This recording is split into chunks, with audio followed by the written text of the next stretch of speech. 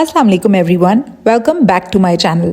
अगर आप home maker हैं या घर का काम खुद संभालती हैं तो आज की वीडियो आपके लिए बहुत हेल्पफुल होने वाली है। आज मैं आपके साथ शेयर करूंगी 5 सिंपल क्लीनिंग हैक्स जो टाइम भी बचाते हैं, एनर्जी भी सेव करते हैं और घर को ज़्यादा टाइम तक क्लीन रखते हैं। ये कोई एक्सपेंसिव या डिफ़िकल्ट हैक्स नहीं हैं, सब चीज़ें ऐसी हैं जो ऑलरेडी हमारे घर में होती हैं। अगर आप रोज़ डीप क्लीनिंग नहीं कर सकती या बच्चों के साथ घर मैनेज करती हैं तो ये हैक्स आपके लिए परफेक्ट हैं। वीडियो को एंड तक ज़रूर देखिएगा और अगर आपको हेल्पफुल लगे तो चैनल को सब्सक्राइब करना मत भूलिएगा। चलिए स्टार्ट करते हैं हैक नंबर 1 से। सबसे पहले बात करते हैं किचन की। किचन वो जगह है जो दिन में सबसे ज़्यादा यूज़ होती है और सबसे ज़्यादा जल्दी गंदी भी हो जाती है।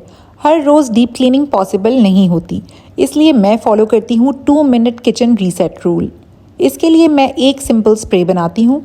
इस स्प्रे में होता है नॉर्मल पानी, थोड़ा सा डिश वॉशिंग लिक्विड और थोड़ा सा विनेगर, बस इतना ही। कुकिंग के बाद मैं स्टोव, किचन, स्लैब और सिंक स्प्रे से हल्का सा वाइप कर लेती हूँ। ये homemade kitchen cleaning spray magic की तरह काम करता है। ये स्प्रे तमाम शेल्फ्स पे कर देने से इतनी ज़्यादा क्लीन लुक आती है कि मैं बहुत ज़्यादा रिफ़्रेशिंग फ़ील करती हूँ अपने किचन में आने से।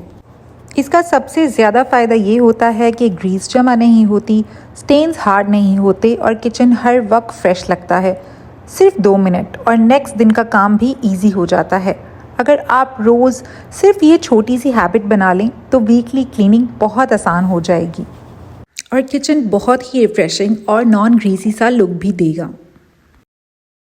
इसी स्प्रे से मैं माइक्रोवेव को भी बहुत अच्छी तरह अंदर से और बाहर से नीट कर लेती हूँ। अब बात करते हैं सबसे अनोइंग प्रॉब्लम की। हम अक्सर अपना किचन तो क्लीन कर लेते हैं, लेकिन किचन में ये जो नॉब्स वगैरह होती हैं, सिंक के कॉर्नर्स होते हैं या ऐसे बहुत से इक्विपमेंट्स होते हैं जो हमेशा गंदे रहते हैं और जिनको क्लीन करना बहुत मुश्किल होता है। तो इसके लिए एक बहुत ही ईजी सा हैक है जिसमें मैं baking soda, dish washing liquid और थोड़ा सा गर्म पानी यूज़ करती हूँ। इसको मिक्स करके मैं एक बहुत ही ज़बरदस्त सा मैजिकल स्प्रे बना लेती हूँ और इस स्प्रे को किचन के नॉब्स वगैरह पर, सिंक में और ऐसी तमाम गंदी जगहों पे स्प्रे करती हूँ जो कि वैसे क्लीन करना बहुत मुश्किल होते हैं। और फिर हमारी सबसे पुरानी ओल्ड टूथब्रश टेक्निक, जी हाँ, जो चीज़ें हमारे स्पंज से साफ़ नहीं होती वो ये ओल्ड टूथब्रश बहुत आसानी से क्लीन कर देता है। इस टूथब्रश के ज़रिए मैं वो तमाम कॉर्नर्स जो कि गंदे रह जाते हैं और जो कि अक्सर हम डेली बेसिस पर क्लीन नहीं कर पाते, उनको अच्छी तरह से रब करती हूँ। ये स्प्रे इतना ज़्यादा मैजिकल है कि अगर बहुत ही ज़्यादा ग्रीसी कोई कॉर्नर्स हैं वहाँ पर भी अगर आप इसको स्प्रे करके 5 मिनट के लिए छोड़ दें तो वो भी बहुत अच्छे से नीट और क्लीन हो जाते हैं।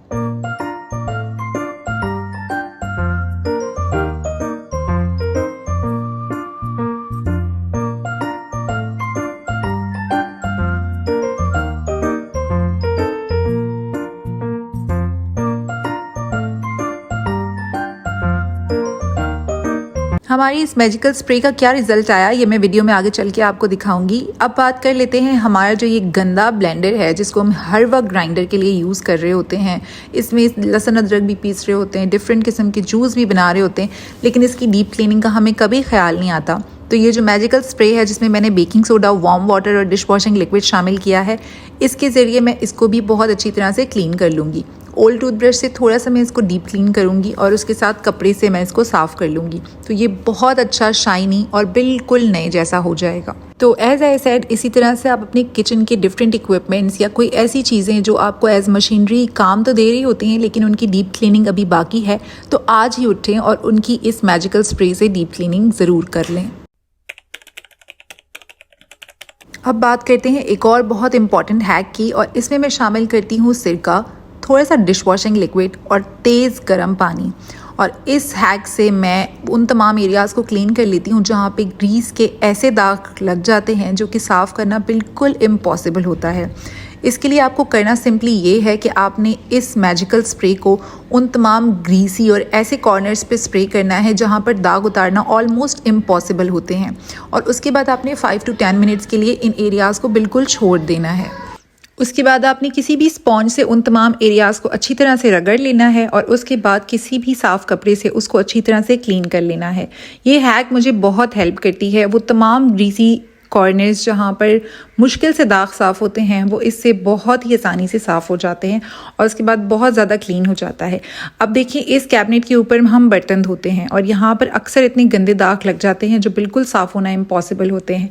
मैंने यहाँ पर सिर्फ 10 मिनट के लिए ये स्प्रे करके छोड़ा है, उसके बाद ये दाग इतनी आसानी से उतर गए हैं कि बिल्कुल ऐसा लग रहा था जैसे मैजिक है। तो आप मेरा ये हैक ज़रूर ट्राई कीजिएगा, आपको भी इसी तरह का क्लीन किचन लुक ज़रूर मिल जाएगा।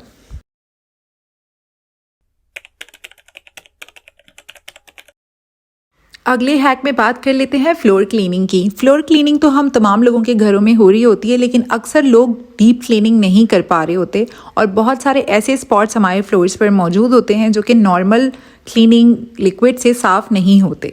तो उसके लिए मैं ये हैक करती हूँ कि मैं तेज़ गर्म पानी में फ़िनाइल शामिल करती हूँ, उसके साथ साथ मैं ब्लीच के कुछ ड्रॉप्स डालती हूँ और डिश वॉशिंग लिक्विड शामिल करके उसमें अपना जो भी क्लीनिंग स्पंज है उसको डिप करके और वाइपर की मदद से अच्छी तरह से पोंछा लगाती हूँ। और इस तरह से मॉपिंग करने से एक तो मॉपिंग करना बहुत आसान हो जाता है। ट्रस्ट मी, मैंने हर तरह के मॉप्स ट्राई किए हैं, लेकिन ये जो वाइपर के साथ पोंछा लगा रहे होते हैं ये मुझे सबसे इजी और सबसे कारआमद टोटका लगता है। मेरे ख्याल से फ्लोर क्लीनिंग का जो सबसे बेस्ट वो हमारा देसी तरीका ही है और जो हम तौलिए के साथ पोंछा लगाते हैं, हम जितने भी क्लीनिंग फ्लोर्स के लिए इक्विपमेंट्स यूज़ कर लें, ये वाला आपको क्लीनिंग सेटिस्फैक्शन कभी भी नहीं मिल सकती। एक्सपेंसिव से एक्सपेंसिव क्लीनर्स ले लें, वो हमारी फ्लोर्स के लिए नहीं होते। हाँ, शायद लंदन अमेरिका में जो फ्लोर्स बने होते हैं उनकी क्लीनिंग उनसे बहुत आसानी से हो जाती है, लेकिन हमारे फ्लोर्स को क्लीन करने के लिए देसी तरीका ही बेस्ट है।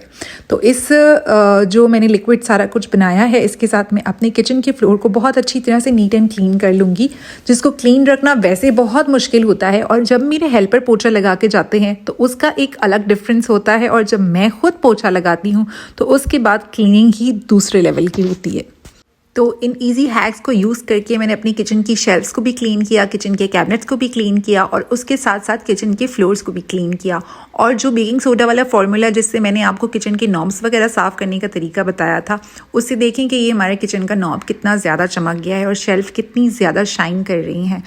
अब बात कर लेते हैं किचन के बाद ऐसे एरिया की जो कि बहुत ज़्यादा गंदा होता है और जिसको साफ़ रखना वाकई एक चैलेंज होता है। जी हाँ, मैं बात कर रही हूँ वॉशरूम की। तो वॉशरूम क्लीन रखने के लिए मैं आपको ऐसा हैक बता रही हूँ जिससे ना सिर्फ आपके वॉशरूम के वॉश बेसिन्स क्लीन रहेंगे, कमोड क्लीन रहेगा, बल्कि साथ साथ आपके वॉशरूम की टाइल्स भी शाइन करेंगी और आपका पूरा वॉशरूम बहुत ज़्यादा नीट एंड क्लीन लुक देगा।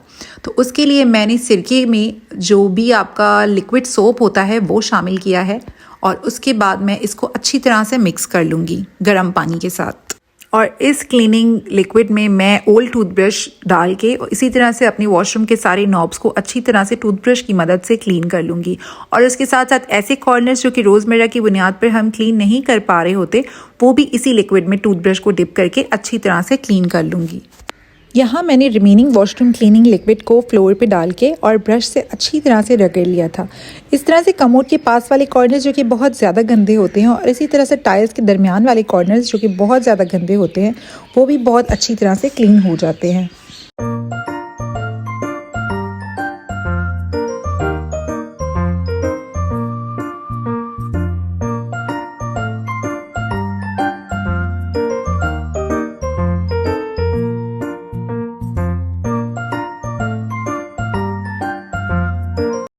ब्रश लगाने के बाद मैं शावर से पानी लगा के और वाइपर से अच्छी तरह से टाइल्स को नीट कर लूँगी। वाइप करने के बाद मैं ड्राई मॉप के साथ भी एक दफ़ा वॉशरूम को ज़रूर नीट कर लेती हूँ। हम हमेशा ये गलती करते हैं कि हम ड्राई मॉप के साथ वॉशरूम को ड्राई नहीं करते, जिसकी वजह से वॉशरूम साफ़ होने के बावजूद भी बहुत डर्टी लगता है और पैरों के निशान भी बहुत ज़्यादा जल्दी बन जाते हैं। इसलिए वॉशरूम को ड्राई रखना बहुत ज़्यादा ज़रूरी है।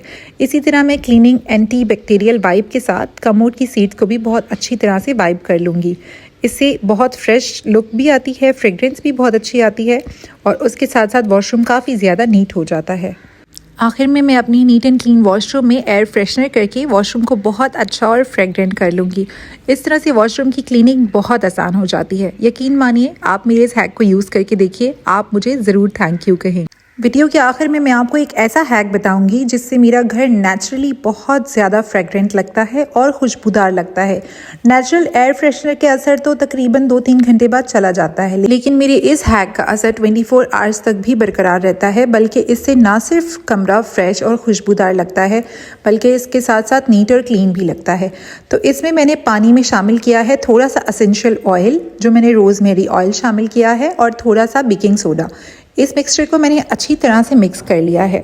इसको आप अपनी रग्स पे, अपनी कारपेट्स पे, इसके साथ साथ बेडशीट्स के ऊपर और अपनी कर्टन्स पर भी स्प्रे कर सकते हैं। इसके बाद पूरे घर में एक बहुत ही अच्छी सी और फ्रेश सी स्मेल भी रहती है, और उसके साथ साथ आपका घर बहुत ज़्यादा नीट एंड क्लीन लगता है। अगर आप अपने घर को बहुत अच्छी सी फ्रेश सी वाइब देना चाहते हैं तो मेरा ये टोटका ज़रूर आजमाइएगा और अपने पूरे घर में एसेंशियल ऑयल और बेकिंग सोडा का स्प्रे ज़रूर कर लीजिएगा, और इससे आपका घर इंसेक्ट फ्री भी रहता है। तो आई होप आपको मेरे आज की ये तमाम हैक्स पसंद आए होंगे। अगर आपको मेरे हैक्स पसंद आए तो मेरे चैनल को लाइक एंड सब्सक्राइब ज़रूर कीजिएगा और कमेंट करके बताइएगा कि आप इसमें से कौन सा वाला हैक ट्राई करने वाली हैं।